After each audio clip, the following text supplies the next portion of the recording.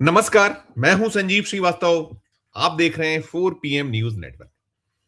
मित्रों, प्रयागराज में मौनी अमावस्या पर स्नान न कर देने से आहत शंकराचार्य अभी मुक्तेश्वरानंद महाराज की नाराजगी बरकरार है।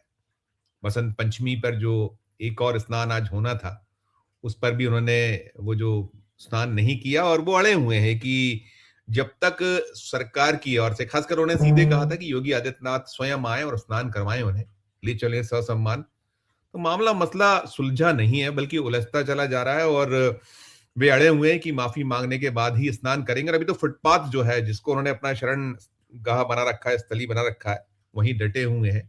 ठंड है बहुत जबरदस्त, लेकिन वो वहां से नहीं हिल रहे हैं और उनका अपना जो मांग है वो बरकरार है। लेकिन उधर चल रहा है, नोटिसबाजी का सिलसिला था ही था।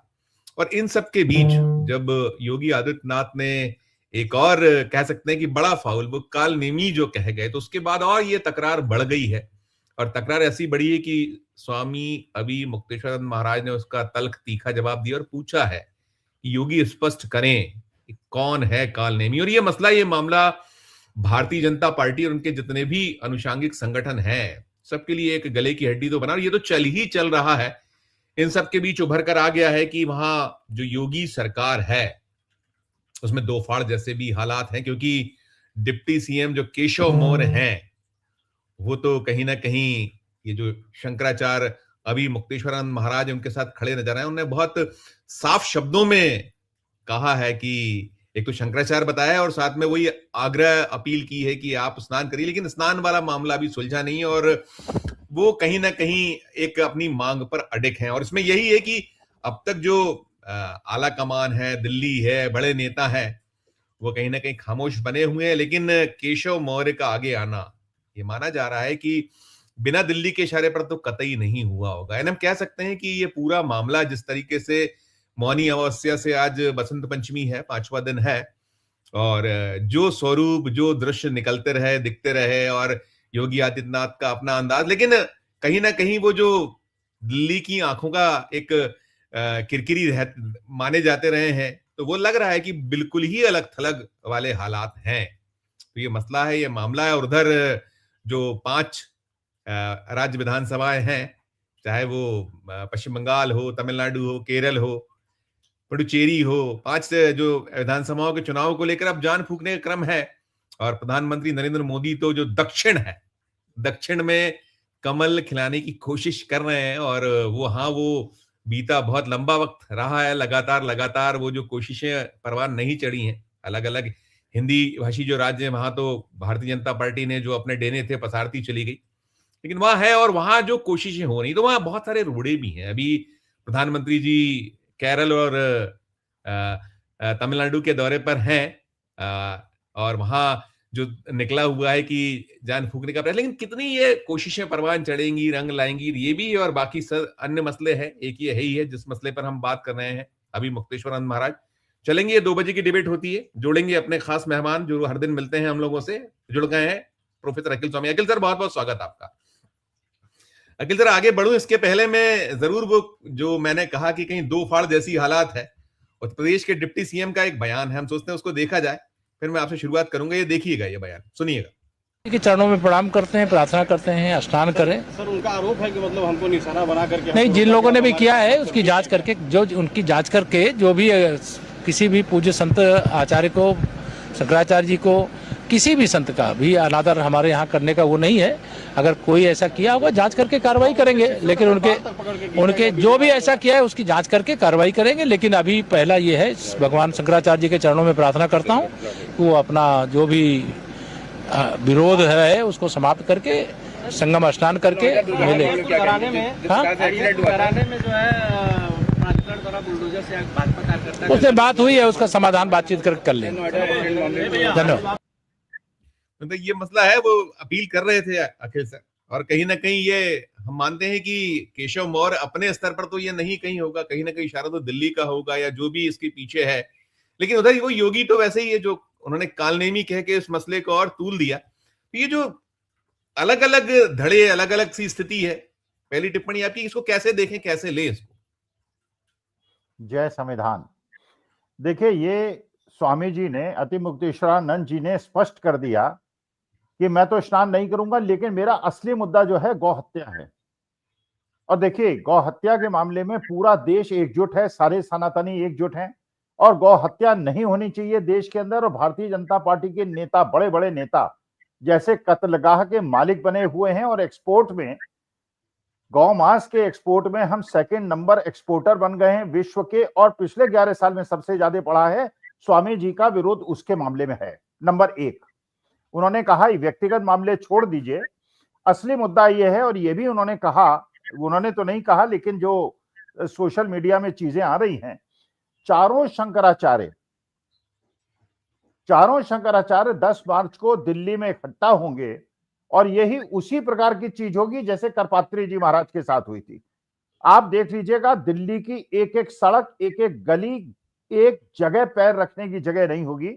और मैंने कल भी आश्वासन दिया था, मैं वहां जाऊंगा, रहूंगा, और अपने सनातन धर्म को बचाने के लिए मैं स्वामी जी का और सारे शंकराचार्य, भगवान शंकराचार्यों का चरण स्पर्श भी करूंगा, दूर से उनके दर्शन भी करूंगा, और सनातन धर्म को बचाऊंगा। पहली नंबर बात। 2 नंबर 3, देखिए ये बात बिल्कुल सही है। देखिए, केशव प्रसाद मौर्य के वर्ड्स को नोट कीजिए। भगवान Shankaracharya, deputy chief minister Uttar Pradesh के, उनको शंकराचार्य मान रहे हैं, उनको भगवान मान रहे हैं, उनको महादेव का रूप मान रहे हैं, प्रधानमंत्री मान रहे हैं। प्रधानमंत्री जो अंबानी जी के यहां शंकराचार्य महोदय जाते हैं और पूरा आसन सहित वहां बैठते हैं, तो प्रधानमंत्री उनके चरण स्पर्श करते हैं। भाई चरण स्पर्श किसी और के तो करेंगे नहीं। भाई उम्र के हिसाब से देखा जाए तो मोदी जी की उम्र ज्यादा है, स्वामी जी की उम्र कम है, लेकिन स्वामी जी के चरण स्पर्श करते हैं और स्वामी जी उन्हें आशीर्वाद देते हैं। क्यों आशीर्वाद देते हैं? क्या सभी गेरुआ वस्त्रधारियों के वो पैर छू लेते हैं? वो शंकराचार्य के पैर छूते हैं। तो केशव प्रसाद मौर्य मान रहे हैं कि वो शंकराचार्य हैं, मोदी जी मान रहे हैं वो शंकराचार्य हैं। मोदी जी और अमित शाह एक स्टेटमेंट नहीं दे रहे हैं, और योगी आदित्यनाथ इनडायरेक्टली उनको कालनेमी कह रहे हैं। देखिए, मैं खुद सुना है एक, अब नाम तो मुझे याद नहीं आ रहा, लेकिन ये हुआ, जिस मठ के महंत हैं योगी आदित्यनाथ, नाथ संप्रदाय के, उसमें एक बार एक राजा का पुत्र, जब ये मठ की स्थापना होती उस समय, उस राजा का पुत्र जो है घर छोड़ के उस मठ के अधीन चला गया, और वहां जाके वो संत बन गया। कुछ दिन बाद उनके माता पिता को लगा कि बेटे को गलत हमने सौंप दिया मठ को। वो गए, उन्होंने कहा बेटा ऐसा है, तुम राजपाट संभालो और वापस आ जाओ। उसने कहा कि नहीं, अब तो मैं अपने एक्सट्रीम प्लेजर को प्राप्त कर रहा हूं संत बनकर, और इतना सुख छोड़ के मैं वो माया मोह में नहीं जाने वाला, मैं तो यहीं रहूंगा। देखिए, राजा पद छोड़कर संत बनना बड़ी बात है, और आप संत बन के राजा बन जाएं। और एक व्यक्ति ऐसा है, नाम क्या लूंगा मैं, जो राजा भी है और संत भी है। भाई देखो, माया मोह से ऊपर उठ जाओ, जाति बंधन से ऊपर उठ जाओ, संत हो जाओ, सन्यासी हो जाओ। जैसे आपने सुना होगा अगर वृंदावन के प्रेमानंद जी महाराज को,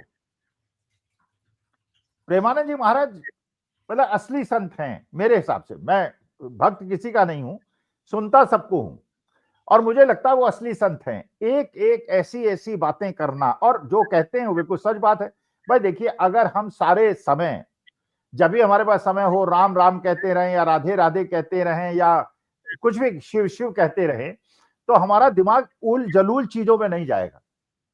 भाई इसीलिए तो इस्लाम में भी वो अपने ईश्वर को याद करते हैं, हम भी अपने ईश्वर को याद करते हैं सभी। भाई इसलिए अगर आपका दिमाग खाली होगा और कहीं नहीं लगेगा तो गलत जगह जाएगा और दिमाग में परेशानियां पैदा होंगी। तो प्रेमानंद जी महाराज संत हैं। अच्छा, वो भी लोग ऐसे जो अपने को संत कहते हैं, अगर आप सनातन के मूल आधार को चैलेंज करते हैं,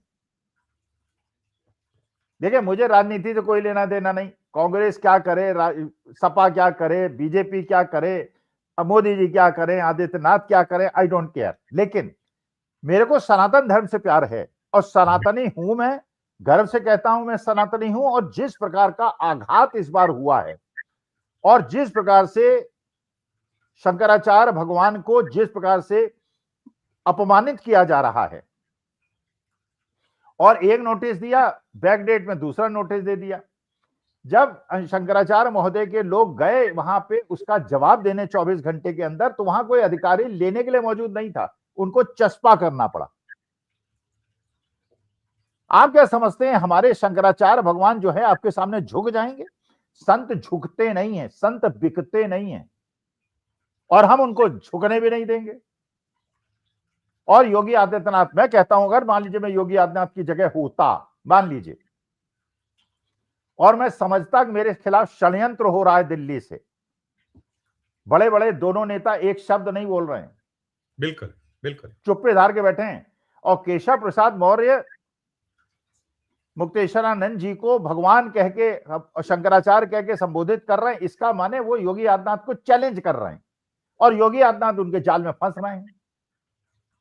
अरे सीधी सी बात है, आप चले जाते, मान लीजिए योगी आदित्यनाथ चले जाएं आज, भाई योगी आदित्यनाथ एक पीठ के महंत है ना, जितने भी अखाड़े हैं, जितने भी पीठ हैं, शंकराचार्य सर्वोपरि हैं, सब शंकराचार्य के अधीन है। ये दूसरी बात है, अखाड़ा परिषद के जो अध्यक्ष हैं वो भी आज शंकराचार्य के खिलाफ बोल रहे हैं, लेकिन बहुत बड़े बड़े संत ऐसे हैं जो कि शंकराचार्य महोदय के साथ बिल्कुल खड़े हुए हैं। लेकिन मेरा सनातन धर्म बदला है, तो जो लोग कह रहे थे कि बटोगे तो कटोगे, वो बांट रहे हैं। अरे अपमान करने की आवश्यकता क्या थी? अच्छा, अब वो एक हैं, वो कौन से स्वामी जी, बड़े मोटे से हैं, वो कहते हैं कि नहीं, पालकी ले जाने की व्यवस्था नहीं है, इसकी अनुमति नहीं होती, और पुरानी लोगों ने फोटो निकाल दी,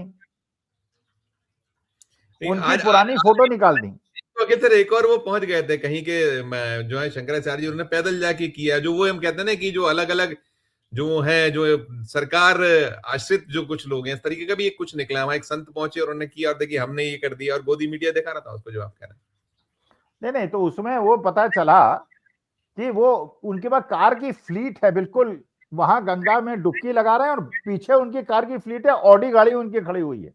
जी जी। तत्वा महाराज जो हैं उनको किस तरह एस्कॉर्ट करके ले जाया जा रहा है। देखिए, संतों में ये तो होता है कि संत जो है वो धर्म के प्रति इतने ज्यादा वो होते हैं कि वो बाएं दाएं झुकते नहीं है। फिर अच्छा, धर्म के बारे में बात करते हैं, तो जब धर्म के बारे में बात कर रहे हैं और गौ हत्या के नाम पे पूरे हिंदुस्तान के अंदर आप उत्पात मचाते रहते हैं, तो जो भगवान कह रहे हैं उसको मानने के लिए क्यों नहीं तैयार है? गौ हत्या बंद कीजिए, बिल्कुल, गौ पालन कीजिए, एक भी गाय की मौत मत होने दीजिए। लेकिन सड़कों पे गाय जो है वो प्लास्टिक खा रही है, भूखी घूम रही है, सड़कों पे एक्सीडेंट्स हो रहे हैं, उसे काट काट के आप विदेश भेज रहे हैं, और जो लोग गौ मांस खाते हैं उनके साथ आप गले मिल रहे हैं, उनसे झप्पी लग रहे हैं। ये कौन सा सनातन धर्म है?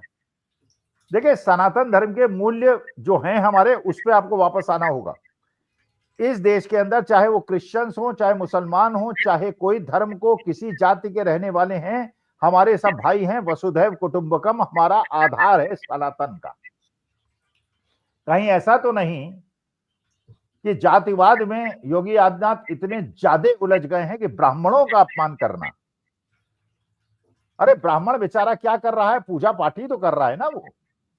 भाई अगर ब्राह्मण सारे उनके शिष्य हैं शंकराचार्य के, और एक गुजरात की महिला को मैं सुन रहा हूं, उनके स्टेटमेंट को सुन रहा हूं, बड़ी डॉक्टर हैं, गायनेकोलॉजिस्ट हैं, गुजरात से आई हैं, और वो कह रही हैं कि मैं तो सनातनी हूं, शुद्ध सनातनी हूं।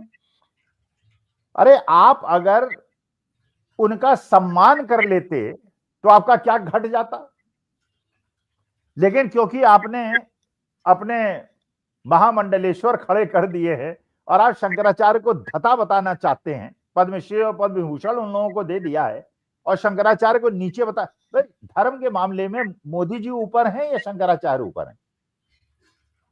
भाई धर्म के मामले में तो अच्छा, फिर मैं कहता हूं किसी को भी, अगर योगी आदित्यनाथ भी, मान लीजिए, मैं अभी निर्णय नहीं लेता, योगी आदित्यनाथ बड़े शास्त्रों वेदों के ज्ञाता हैं या शंकराचार्य ज्यादा शास्त्रों और वेदों के ज्ञाता हैं, आ जाइए, हो जाए एक शास्त्रार्थ।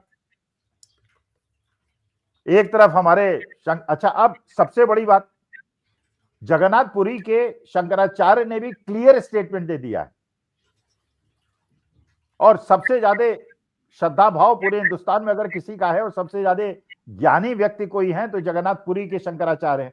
उन्होंने कह दिया है कि इस प्रकार की चीजें शासन चाहता है, प्रशासन चाहता है कि संतों को अपने अधीन करे। अरे आप जजेस को अपने अधीन कर लेंगे, आप चुनाव आयोग को अपने अधीन कर लेंगे, पुलिस को अपने अधीन कर लेंगे और संतों को भी अधीन कर लेंगे।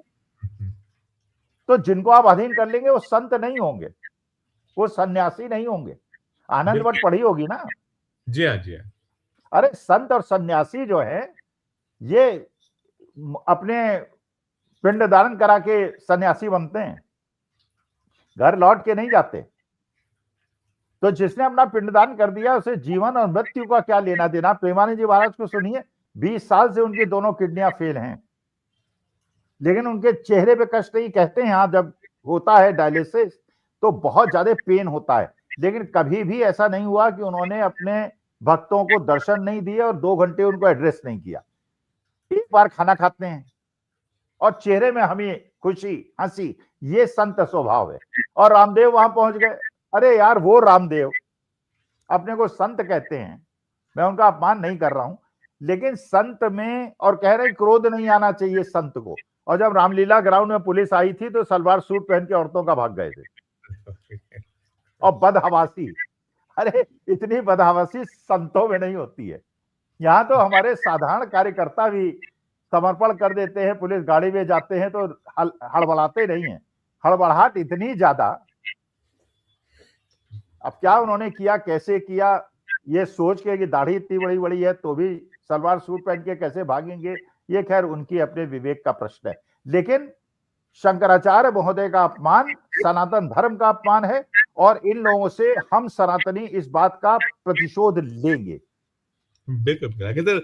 वही देखिए, बार बार बात यही उठ रही है। देखिए दिल्ली चुप है, खामोश है, जो न 2 प्रमुख नाम आपने लिए, ये केशव प्रसाद मौर्य का आना बहुत कुछ दर्शाता है। कहीं ना कहीं स्पष्ट दिख रहा है कि चुनौती वाली भी आपने बात की, सीधी चुनौती है, और कहीं ट्रैप हो गए, जाल में फंस गए, ये भी है। और वो वहां अपना हट छोड़ने को तैयार नहीं योगी आदित्यनाथ।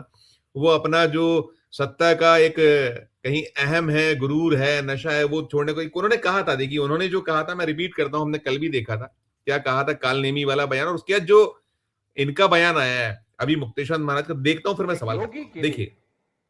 एक सन्यासी के लिए, एक संत के लिए धर्म और राष्ट्र से बढ़कर के कुछ नहीं हो सकता। यही उसके जीवन का ध्येय होना चाहिए। उसकी व्यक्तिगत प्रॉपर्टी कुछ नहीं होती, धर्म ही उसकी प्रॉपर्टी है, राष्ट्र ही उसका स्वाभिमान है। अगर कोई राष्ट्रीय स्वाभिमान को चुनौती देता है तो हमें खुल करके उसके सामने आकर के खड़ा हो जाना चाहिए, उसकी चुनौती का मुकाबला करने के लिए खड़ा होना चाहिए।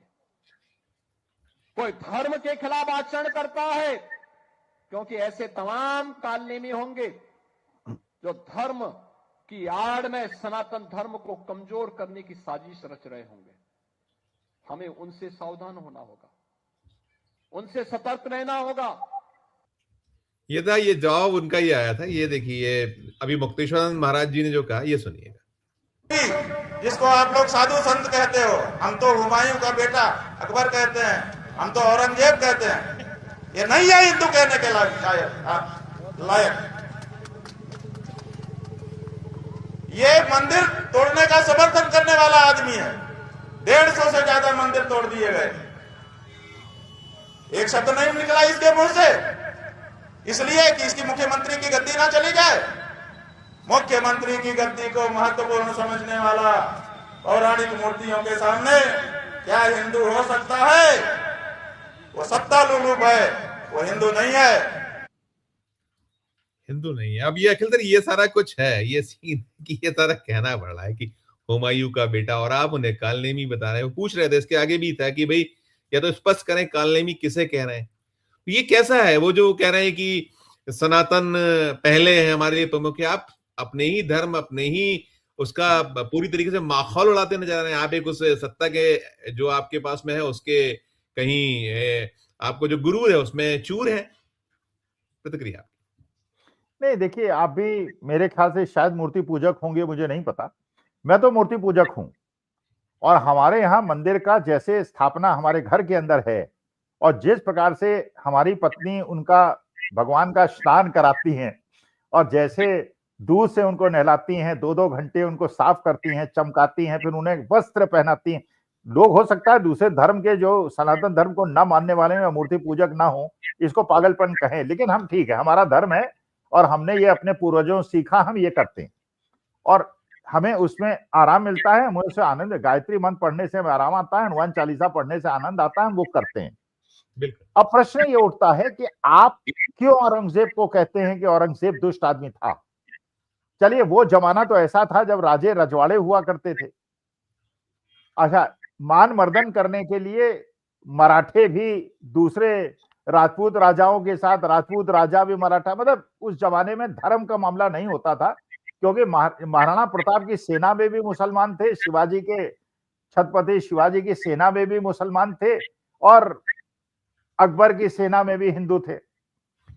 धर्म का मामला नहीं था उस समय, युद्ध का मामला था, सीमाओं को बढ़ाने का मामला था। लेकिन अगर उसका आप संदर्भ लेते हैं और आपने देखा मणिकर्णिका घाट, मैं तो काशी का रहने वाला तो क्या हूं, लेकिन 4 साल मैंने इंजीनियरिंग की है तो काशी मेरे दिल में बसती है। मणिकर्णिका घाट जिसका इतना ज्यादा कि वहां पे जिस दिन चिता नहीं जलेगी प्रलय आ जाएगी, वो मणिकर्णिका घाट को आपने ड्रिल करके तोड़ दिया और अहिल्याबाई होलकर के परिवार के लोग कह रहे हैं, फिर आप एफआईआर लिखा रहे हैं। अरे यार, आप मूर्ति दिखा दीजिए ना, सबकी आत्मा शांत हो जाएगी, सब शांत होकर बैठ जाएंगे। तो अगर आप मूर्तियां तोड़ रहे हैं और वहां पे कॉरिडोर बनाने के लिए गुजराती ठेकेदारों को पैसा कमाने के लिए आपने सारे ठेके गुजरातियों को दे दिए और वहां पे मंदिर हजारों तोड़ दिए, तो पुरातन मंदिरों को तोड़ना औरंगजेब ने क्या किया था और आपने क्या किया, दोनों में समानता है नहीं? या तो कहिए कि नहीं, मंदिरों को हम नए मंदिर स्थापित करेंगे। अरे यार, जो एक पुरातन चीजें होती हैं, जो अब एंशिएंट हिस्ट्री और पुरानी चीजें, जैसे शृंगेरपुर में गया, प्रयाग के पास है, जहां से कहते हैं कि भगवान श्री राम ने गंगा को पार किया था। भाई ठीक है, हमारी आस्था है। अच्छा, फिर आप शंकराचार्य को शंकराचार्य नहीं मान रहे? अरे इसका मतलब ये हो गया, कल आप कहेंगे कि मेरे पिता ने जो वसीयत में मुझे अपनी जायदाद दी, या मैं अपनी वसीयत में अपने बेटे को जायदाद दूंगा, उसको मोदी जी डिसाइड करेंगे वो प्रॉपर्टी किसको जाएगी? अरे स्वामी स्वरूपानंद सरस्वती जी ने, जो संतों के वसीयतें होती हैं, उन्होंने वसीयत में अतिमुक्तेश्वरानंद जी को अपना उत्तराधिकारी घोषित किया, तीनों शंकराचार्यों ने उसका अनुमोदन कर दिया, लाखों सनातनियों ने उनको आशीर्वाद दे दिया, फिर उसके बाद उसको चैलेंज कर रहे हैं आप। तो ये तो यही बात हो गई। अरे इसका मेरे वसीयत का कोई मतलब ही नहीं हुआ। अच्छा, ये भी नहीं कि आप स्वामी स्वरूपानंद जी को शंकराचार्य नहीं मानते थे, मानते थे।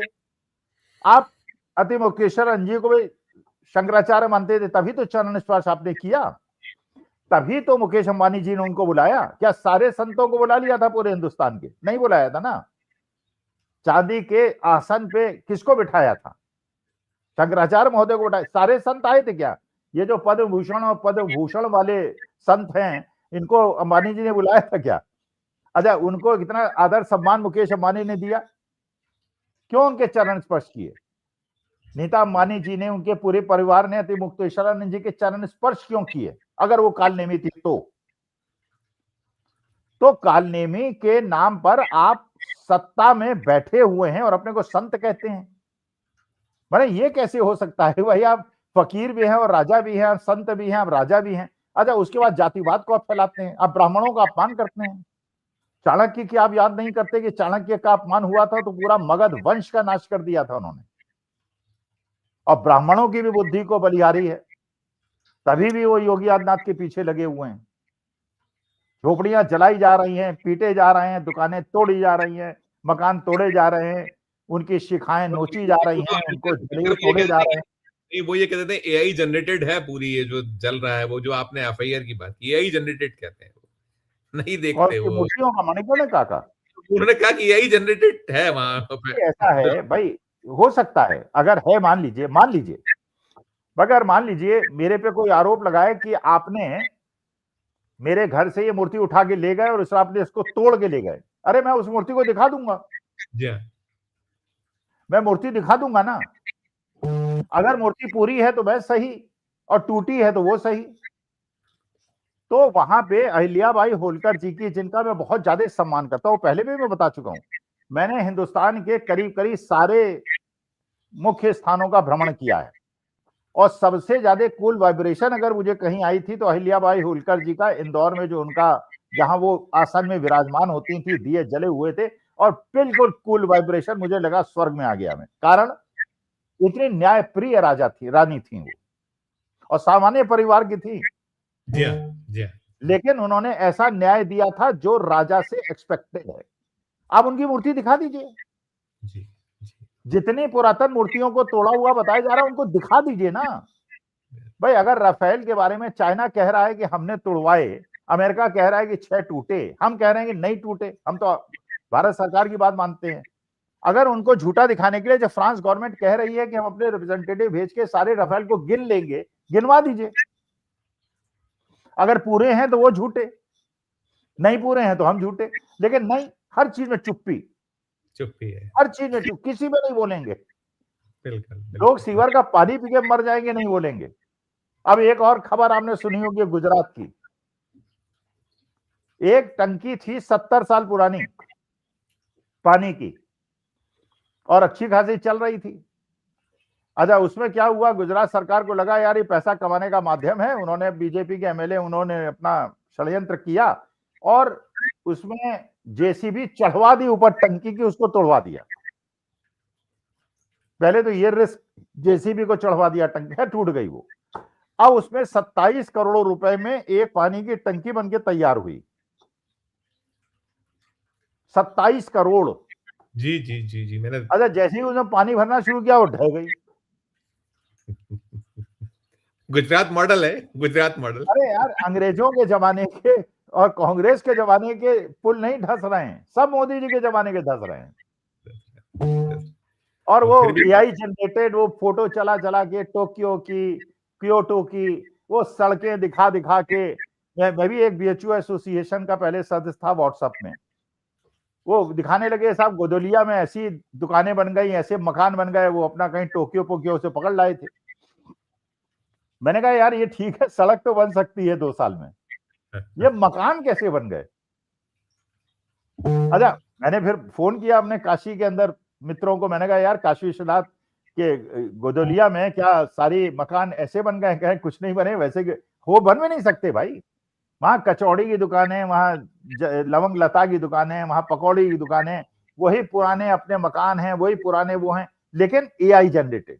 तो एआई जनरेशन करने वाले एआई जनरेशन की बात तो करेंगे। तो मंदिरों को तोड़ना और मूर्ति को ध्वस्त करना और आप में और औरंगजेब में अंतर क्या हुआ? केवल अगर विकास के नाम पे आप हमारी आस्थाओं पे चोट पहुंचाएंगे तो सनातनी आस्था तो हर्ट होती है। बिल्कुल, वो वही कह रहे थे ना कि वो इसलिए उन्होंने को कहना पड़ा कि भाई हुमायूं का बेटा। खैर, आपने जो कहा अखिल सर, हम सब इनके चेले भी, इनके जो नीचे के लोग हैं, हमने देखा था शिवराज जी ने न्यूयॉर्क और वहां की सड़कें दिखा के, और मध्य प्रदेश में बड़ा हुआ था उनके पूरा का पूरा एक ऐड छप गया था। है वो सभी एक से मामला है कि ऊपर से चल रहा है नीचे तक। मैं सर अभी एक थोड़ी सी बात करूंगा। केरल पहुंचे हुए हैं प्रधानमंत्री, तिरुवनंतपुरम में थे और निशाने पे अब दक्षिण है, और दक्षिण और बहुत पुराना ख्वाब है, लेकिन फिर वही है, एसआईआर है, बेईमानियां है, बहुत कुछ चीजें वहां चलती रही। अब जो हो रहा है लगातार, हम बड़े विस्मित करने, और वो इसको कह रहे हैं अहमदाबाद से तुलना करें कि हम जब हमारी शुरुआत वहां पर नगर निगम से ही हुई थी, और हमने जो अभी केरल में सफलता पाई है हमें अब करने वाला है, केरल में भी और आगे तमिलनाडु भी जा रहे हैं। लेकिन मैं एक बयान है प्रधानमंत्री जी का, सुनिएगा, उसके बाद मैं पूछता हूं आपसे। ये देखिए, आने वाले चुनाव केरला की दशा और दिशा को बदलने का चुनाव है। जब केरला के फ्यूचर की बात आती है तो आपने अब तक 2 पक्ष ही देखे हैं। एक तरफ एलडीएफ और दूसरी तरफ यूडीएफ, और इन दोनों ने बारी बारी से केरला को तबाह किया है। लेकिन एक तीसरा पक्ष भी है, वो पक्ष डेवलपमेंट का है, गुड गवर्नेंस का है, बीजेपी एनडीए का है। एलडीएफ और यूडीएफ के लोगों ने केरला को करप्शन, कुशासन और अपीजमेंट की खतरनाक राजनीति में झोंक दिया। किस ये जो हर जगह वो जो एक सा टेप होता है, जो कहते हैं ना कि उनका अभी पकड़ा गया था 3-4 दिन पहले, वो कर दिया था एक गोदी मीडिया चैनल ने कि वो दिख रहा था उनके भाषण का वो जो टेलीप्रॉम्प्टर नजर आ गया था। तो वही चीजें रहती हैं।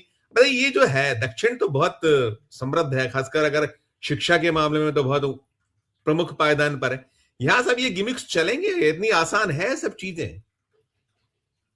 देखिए ऐसा है, पहली बात तो केरला एकमात्र राज्य है जहां पे एक्सट्रीम पॉवर्टी को उन्होंने खत्म कर दिया है। 100% लिटरेसी रेट है। तो अगर मैं केरलाइट हूं तो मैं तो पूछूंगा, महाराज कैसा विकास मॉडल आप हमें देंगे?